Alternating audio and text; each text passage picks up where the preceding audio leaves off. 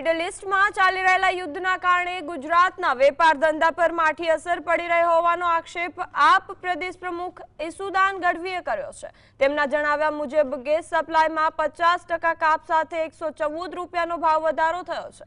Commercial ગેસના બાટલાના booking બંધ થતા અનેક ફેક્ટરીઓમાં તાળા મારવાની સ્થિતિ ઊભી થઈ છે। તેમણે સરકારને ગેસ આધારિત ઉદ્યોગો માટે વૈકલ્પિક વ્યવસ્થા ઊભી કરવાની માંગ કરી છે। સંકટના વાદળો ઘેરાયા છે। ન માત્ર રાજકોટ કે મોરબી કે મેટોડા કે વેરાવળ કે શાપરમાં, પરંતુ લગભગ રાજ્યના મોટા ભાગના ઉદ્યોગો જે ગેસ આધારિત ચાલી રહ્યા છે તેમાં એક તો ભારણ આવ્યું છે 114 રૂપિયા વધારાનો, સાથે સાથે બુકિંગ પણ બંધ કરી દેતા અત્યારે ઉદ્યોગો જે ગેસ આધારિત ઉદ્યોગો છે મોટા પ્રમાણમાં મુશ્કેલીમાં મુકાયા છે।